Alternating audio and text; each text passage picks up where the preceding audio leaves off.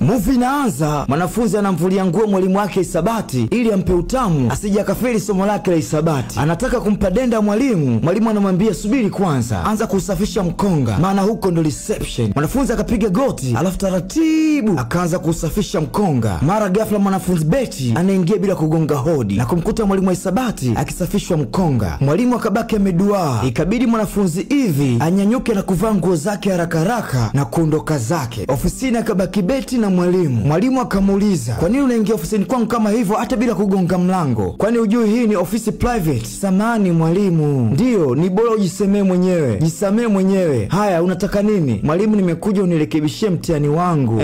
Mtihani wako umefanyaje? Najua nimefanya mtihani na nina uhakika nimefaulu vizuri mtihani wangu, lakini umenipatia max 5 zinazoonyesha nimefeli. Ndio maana nimekuja kukuona. Kweli unajua ulichokifanya, si ndio? Ndiyo, unaweza kukaa. Baada ya kukaa, mwalimu akamuuliza, unaitwa nani? Jina langu ni Betty. Unajua mimi ni mwalimu wako hisabati, si ndio? Ndiyo. Niambie tena, umepata alama ngapi? Umenipatia max 5 chini ya 100. Na uhakika sijapata max hizo. Na uhakika nimepata max zaidi ya hizo. Na hisi utakuwa umekosea au kuna kitu hakipo sawa. Mwalimu akatabasamu akamwambia Betty, hebu nikwambie kitu. Kabla hujafaulu mtihani wowote kwenye hii shule, ni lazima ufaulu mtihani wangu kwanza. Na mtihani wangu ni rahisi sana. Utapofaulu mtihani wangu utapata 100 ya 100. Lakini mwalimu, mitihani yote niliyofanya darasani nimefaulu, lakini umenifelisha. Umenipa max 5 tu, ambazo sio kweli. Sijapata alama hizo. Okay, max 5 umezipata na max 95 unazipata hapa. Kwa hiyo utapopata max 95 ukijumlisha na max 5 ulizopata inakuwa 100. 95 max nazipata wapi mwalimu? Mwalimu akacheka kisha akanyanyuka taratibu na kumuita Betty, sikiliza, ujue wewe ni mrembo sana. Nilipokuona tu hapa shuleni nilikupenda na nimekuwa nikifanya kila kitu ili uweze kufaulu mtihani wako. Huu uzuri ulionao, naomba usinishike. Unawezaje kuzuia mikono yangu? Samani mwalimu, lakini ni bora uombe msamaha. Betty, hebu nitazame. Nitazame. Si unajua wewe ni mzuri, si ndio? Na ndio maana nakutaka. Nataka uelewe kitu. Naweza kufanya kitu chochote kwa ajili yako. Nitakupatia max 100 hata 200 ukitaka. Ninachotaka tu wewe ufaulu mtihani wangu. Na mtihani wangu sio mgumu. Kiukweli nakupenda. Na kumshika mashavu. Betty akakasirika na kumwambia, usijaribu kunigusa tena. Mwalimu akamwambia, toka nje. Betty akanyanyuka na kuondoka zake. Wakati anatoka ofisini akakutana na Eve. Akamwambia, Betty, njoo hapa. Aliposimama akamuuliza, umeona nini? Una maana gani kuniuliza hivyo? Ulichokiona kwenye ofisi ya mwalimu wa hisabati? Oh, nimeona wewe na mwalimu mkifanya mapenzi. Wewe unahisi ni nini nitakuwa nimekiona? Hivi akamkunja Betty na kumwambia, sikilize na unisikize vizuri. Sijali nini unafanya. Unatakiwa uwe kipofu kwenye macho yako na uwe bubu kwenye mdomo wako. Nikisikia chochote kwa mtu yoyote hapa shuleni nitakuonyesha. Kisha hivi akaondoka zake. Kesho yake mwanafunzi mwingine akaja kwa mwalimu Ima. Alipokaribishwa, mtoto akaanza kuchojoa nguo moja baada ya moja. Wakati huo mwalimu anamwangalia kwa jicho la kuibaiba kama aone vile. Mtoto akaendelea kuvua, akabaki na topu, mwili ukiwa na rangi ya mtume. Kisha akaweka nguo kwenye kiti na kumwangalia mwalimu. Kisha akamwambia, niko tayari. Ticha akakaza, upo tayari kwa nini? Kufaulu mtihani. Ticha akamwangalia juu mpaka chini na kumwangalia tena mtoto na kumuuliza, lini umebadili mawazo yako? Nilifikiria upya. Mwalimu akamwangalia mtoto na kulamba lipsi juu na chini. Akamwambia, geuka. Mtoto akawa anageuka. Kisha akamwangalia mwalimu. Mwalimu akamwambia, njoo. Mtoto akamsogelea mwalimu taratibu. Alipofika karibu, mwalimu akamuuliza, mbona kama unaogopa? Uko sawa? Mtoto akasema, niko sawa. Akamwambia, sogea hapa. Nadhani unajua ninavyopenda. Akamwambia, anza na huku chini. Mtoto akainama na kuanza kusafisha mkonga. Baada ya siku kadhaa, Betty akakutana na mwalimu. Mwalimu akamsalimia, Betty, how are you? Akamwambia, niko sawa. Natumai umejiandaa kwa mtihani wa mwaka unaokuja. Ndiyo, nimejiandaa. Unasoma eh? Ndiyo. Ushauri wangu mdogo, nataka usome na usome kwa bidii, na mwisho wa siku utafanikiwa kujitoa kwenye mtego. Ili kuthibitisha, sijui umenielewa? Kwa hiyo soma sana. Unaweza ukafaulu na kupata daraja la kwanza. Na ninakuhakikishia kama utasoma vizuri utapata max nzuri kwenye mtihani wangu. Na mtihani wangu binafsi na kuhakikishia utapata 100 ya 100. Mwalimu akacheka na kuondoka zake. Betty akabaki anashangaa na kujiuliza, sijui niende kwa mwalimu Ima au nifeli mtihani. Siku nyingine mwalimu yuko ofisini akisafisha mkonga na mwanafunzi akasikia hodi, mtu anagonga. Akamwambia, subiri, wewe nani? Hivi akaingia bila hodi. Ticha akafoka, unaingiaje bila hodi? Hii ni ofisi, utaki kuingia hivyo. Hivi anashangaa amini alichokiona. Huku mtoto akimalizia kufunga vifungo vyake na kuchukua koti na kumwambia ticha, nitakuona baadaye. Mwalimu anawaka, kaa kwenye kiti. Kwa nini unaingia ofisini bila kugonga hodi? Unafanya mpaka napiga kelele. Hivi akasema, I'm sorry. Akamwambia, unajua wewe ndio chaguo langu. Akamwambia, I'm sorry, ila sidhani kama ni kweli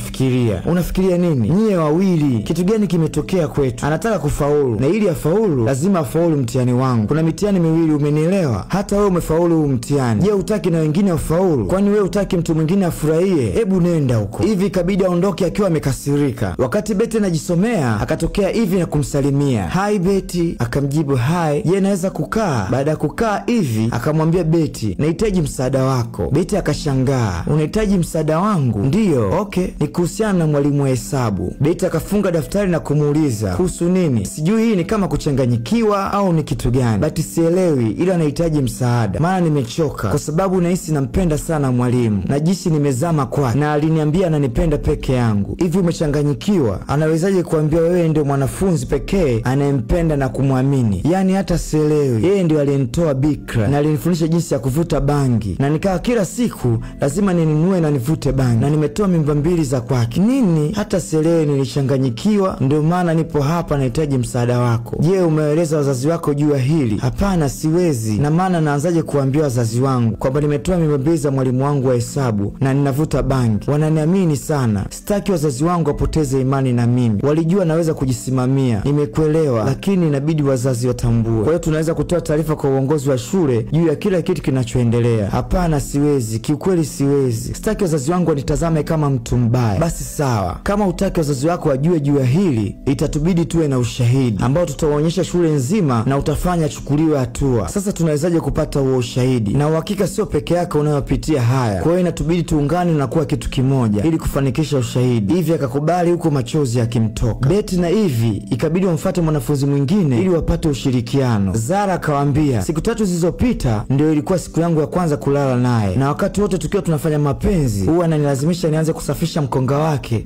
juu chini, juu chini, juu chini. Anasema kweli Zara, kiukweli yuko sahihi. Hata mimi anataka nimsafishe mkonga wake kwanza ndio tufanye mapenzi. Hii inaonyesha kwamba anatumia fursa hiyo kumdanganya pia. Sikiliza, tunatakiwa tuungane. Tunahitaji kukomesha upuuzi na kumuonyesha shule ni mtu aina gani. Huyu si mtu mzuri. Uhalisia wake unatakiwa ujulikane. Kiukweli sitaki kushiriki. Una maana gani unaposema utaki kuungana nasi? Tambua ikuhusu wewe tu. Inanihusu mimi, inamuhusu Zara, inamuhusu hivi na inamuhusu kila msichana hapa shuleni. Naomba tuungane. Hapana, siwezi. Sitaki kufeli mtihani wa hisabati. Nadhani mnajua ulivyokuwa muhimu, na sitaki mama yangu ajue. Najua utaki kufeli mtihani wala mama yako kujua kinachoendelea. Mama yako hataweza kujua. Na kuhusu hesabu, je, unataka kuendelea kusafisha mkonga wa mwalimu kila siku na kila testi atakayotoa? Usifanye hivyo. Kumbuka wewe una akili na unajua unaweza kufaulu hata bila kutoa uroda kwa mwalimu. Kwa nini sasa unakataa? Naomba tuungane. Naomba tuungane kukomesha hili. Kwa kweli sidhani kama nitaweza. Kwani umechanganyikiwa paka usiweze kufanya? Tunajaribu kukusaidia na sisi pia. Tatizo lako nini? Wakambembeza sana mwenzao. Mwishowe Zara akakubali. Akaja rafiki yao mwingine na kuambia, hii ni simu ya kaka yangu. Tutapokwenda kwa mwalimu tunatakiwa tuwe tumewasha kitufe cha kurekodi. Utailoki simu hivyo hataweza kuona kama una rekodi. Hivi akasema sawa, asante sana, nitamuonyesha. Betty akamwambia hivi, kazi njema. Ikabidi aende, wenzake wakimsubiri. Hivi alipoingia kwa mwalimu akajifanya amekasirika. Mwalimu akamuuliza, niliwaambia wanafunzi wenzako zaidi ya mara 3 wakuite, ukakataa. Kwa nini unanikwepa? Na kukwepa kwa sababu nimekufumania na mtu mwingine. Ona, ujue nini? Msichana ulioniona naye sina mahusiano nayo ya serious. Alifeli mtihani wangu, akataka nimsaidie. Sina kitu kingine zaidi ya kumsaidia. Wewe ndio msichana wangu hapa shuleni. Sijui umenielewa? Basi sawa. Vipi kama atapata mimba? Na unajua mimi nimetoa mimba zako 2. Afu ananiambia yule si chochote. Mpenzi, hawezi pata mimba bwana. Hawezi kwa sababu kila kitu maliziano. Na siku zote natumia kinga. Nadhani umenielewa. Na uhakika mara hii sitakupa tena mimba. Sitamwaga ndani, umenielewa? Pia ina kinga za kutosha. Njoo basi. Kama una furaha, smile basi kidogo. Hivi akatabasamu akionyesha anautaka. Sikiliza, nakupenda sana. Kikweli nimevurugwa kwako. Hata baada ya kumaliza shule bado nitakuwa na hisia na wewe. Hivi kapagawa, kashaanza kuutaka. Mwalimu anatilika tu maneno ya kumshawishi. Kisha akamwambia, na kipindi nitakuja baadaye. Mwalimu akamwambia, hebu subiri kwanza, na kunyanyuka na kumfuata hivi. Kisha akafungua mlango na kuangalia nje kama kuna mtu yoyote karibu. Kisha akamfuata hivi. Unajua nini? Nimekumisi sana. Hebu rudi kwangu. Yaani hisia nizonazo kwako ni zaidi ya unavyofikiri. Hivi akasifiwa na mwalimu akalegea. Mwalimu akamwambia, nadhani unajua ninachokipenda. Hebu njoo tufanye hata mara moja kabla hujarudi darasani. Mwalimu akakaa kwenye kiti. Hivi akavua koti na kupiga magoti ili aanze kumsafisha mkonga mwalimu na mambo mengine yaendelee. Hivi alipotoka kwa mwalimu akawafuata wenzake na kuambia, sija rekodi. Wenzake wakacheka. unachoka. Mbona sasa umekuwa hivyo? Nadhani unalijua hilo, kwa sababu hili halikuhusu wewe tu, bali sisi sote. Ni kuhusu kila msichana ambaye kwa sasa yuko darasani. Tazama, umetoa mimba nyingi kwa ajili yake. Je, unatamani uendelee kutoa mimba? Hujafanya fair kwa wasichana wengine pia. Kama hutoweza kukomesha hili sasa, na kama hatutopata ushahidi, hatutoweza kufanikisha hili. Baada ya Beti kuongea sana, mwanafunzi alileta simu akasema, mimi nashauri Zara uende. Zara akawa anakataa, mwisho wa siku akakubali. Zara akaenda mpaka kwa mwalimu. Mwalimu akamwambia ingia. Oh, Zara, ndiyo mimi. Unaendeleaje? Naendelea vizuri. Vipi ulitakiwa kwa darasani? Mbona upo hapa sasa? Kuna tatizo? Hapana, nimekuja kukuona kwa sababu ya mtihani wiki ijayo na moko. Nimekuja kukwambia nitaendelea kulala na wewe ili nifaulu testi na mitihani. Mwalimu akamwambia Zara, kwanza kabisa utalala na mimi mara nyingi kidogo. Tutakuwa tunapiga hesabu. Umenielewa? Mpaka utapofikia kiwango ninachotaka. Shule haiwezi kukupa, ila mimi nina alama 100 na utafaulu mtihani wako. Umenielewa? Ndiyo. Niambie kingine. Tutapokuwa tunalala, nisingependa wazazi wangu wajue.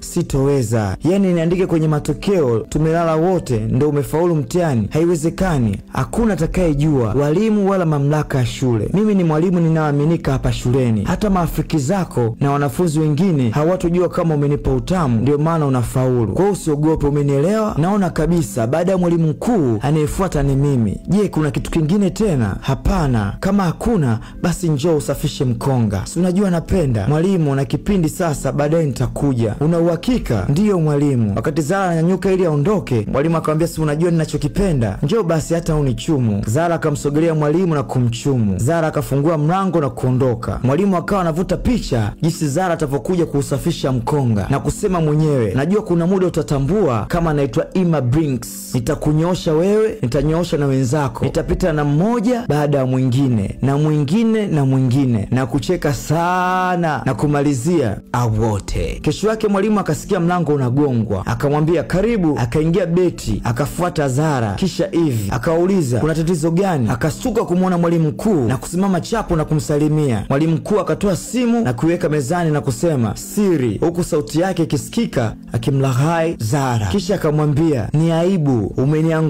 umeniangusha kwa kiwango cha juu sana. Wewe wa kutembea na wanafunzi na midevu yote hiyo, unatia aibu. Maelezo kamili utayatoa kwa maafisa wa polisi kwa sababu niliwapigia, kwa hiyo wako njiani wanakuja. Mimi naendelea kutunza ushahidi kwa sababu utatumika mbele ya mahakama. Kwa sasa huna kazi. Sitaki kukuona popote pale kwenye hii shule wala wanafunzi wangu. Usijaribu kuwa karibu nao. Usipofuata maelekezo yangu nitakuonyesha mimi ni nani. Mpumbavu wewe. Nenda kajinyonye mwenyewe. Na kuambia watoto rudini darasani. Ticha kabaki ameduaa. Beti akamzomea hilo. Na huo ndio mwisho wa hii movie inaitwa High School Innocent Student. Lakini pia nimekuwekea linki kwenye description. Ila usisahau kusubscribe, kulike na comment channel yetu ya African Freaks Awote.